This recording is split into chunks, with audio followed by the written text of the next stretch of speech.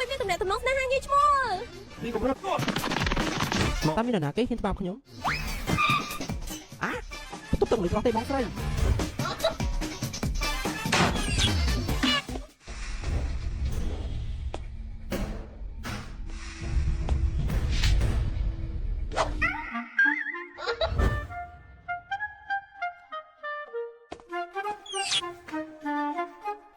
ស្អីគេអត់បានថតទេពិតជាគួរឲ្យសោកស្ដាយមែនអេនាងបាន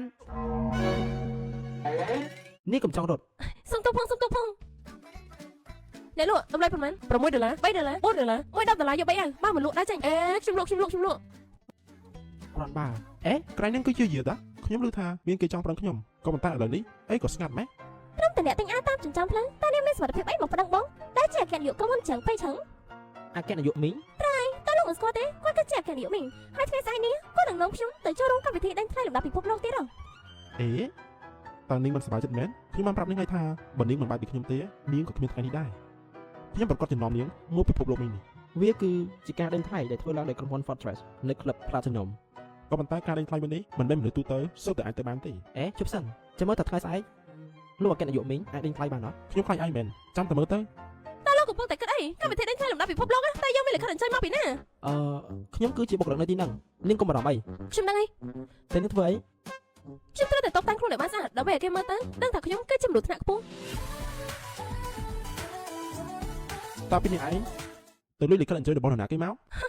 ខ្ញុំចង់ប្រាប់លោកថាម៉េចប្រុសរបស់ខ្ញុំគឺពូកែខ្លាំងណាស់ខ្លាចតែខ្ញុំនិយាយឲ្យធ្វើឲ្យលោកភ័យនោះទេសួស្តីអ្នកនរគ្នាការដេញថ្លៃនៅថ្ងៃនេះពួកយើងចាប់ផ្ដើមខ្សែកនេះគឺជាស្នាដៃចុងក្រោយរបស់អ្នករចនាដ៏ល្បីលំដាប់អន្តរជាតិតម្លៃដេញថ្លៃដំបូងគឺ1 លានពិតជាស្អាតមែន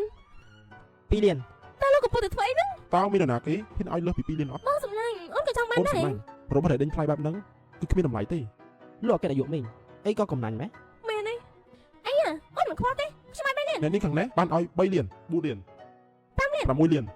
លោកកំពុងតែដេញភ្លើងហើយទោះបីជាលោកខ្ញុំទៀតក៏មិនអាចគ្រប់លុយផង7 លាននេះខាងនេះបានឲ្យតម្លៃ7 លានតើមាននរណាហ៊ានឲ្យលើសនឹងអត់7 លានម្ដង7 លាន2 ដង7 លាន3 ដងត្រូវបានលក់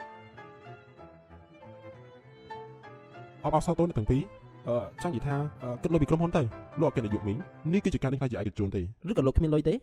លោកតាមមកទៅគឺមិនមែនជាអគ្គនាយកមីងស្អីគេទេលោកអគ្គនាយកមីងពួកយើងបានសើបថាគេគឺជាកូនរបស់អ្នកមើលការខុសត្រូវនៅផ្ទះរបស់លោកពេលដែលអ្នកប្រុសមិននៅផ្ទះគេបានប្រើប្រាស់អត្តសញ្ញាណរបស់អ្នកប្រុសលោកគឺអគ្គនាយកមីងលោកគឺជាមនុស្សខ្លាញ់តាចាំមើលខ្ញុំនឹងបង្ហោះរងលោកអគ្គនាយកមីងខ្ញុំខុសហើយសូមបិទលើខ្ញុំផងលោកហ៊ានបន្លំធ្វើជាខ្ញុំផងចាំនិយាយគ្នាទៅប៉ប៉ូលីសនាំគេទៅខ្ញុំនឹងបង្ហោះរងលោកឲ្យខ្មាស់លោកអគ្គនាយកមីងនាងវិញបានមកបង្កាច់ខ្ញុំនៅលើអ៊ីនធឺណិតខ្ញុំនឹងលុបវាចោលវិញមិនចាំបាច់ទេមិនអញ្ចឹងទេពួកយើងនៅជាមួយគ្នាទៅ